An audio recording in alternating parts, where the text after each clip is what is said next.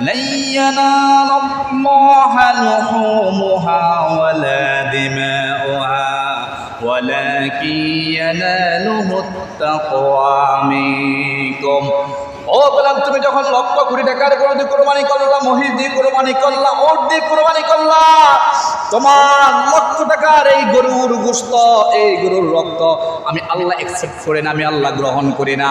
আমি আল্লাহ রাব্বুল আলামিন যেই জিনিসটা গ্রহণ করি, যেই জিনিসটা তোমার থেকে আমি নিয়ে যাব, এই যে তুমি অর্থগুলা ব্যয় করলা গরুর পেছনে, কোরবানির পেছনে যা কিছু ব্যয় করলা, ওই জিনিসটার উদ্দেশ্য তোমার মনের ভিতরে কি ছিল, ওই উদ্দেশ্যটাকে মূলত আমি আল্লাহর কাছে গ্রহণযোগ্য হয়। সুবহানাল্লাহ বলেন।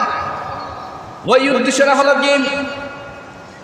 বলছে ওয়ালাকিন ইয়ানালুহুত তাকওয়া, ওয়ালাকিন ইয়ানালুহুত তাকওয়া মিনকুম, তোমাদের থেকে আমি তাকওয়া গ্রহণ করি। তার মানে গোশত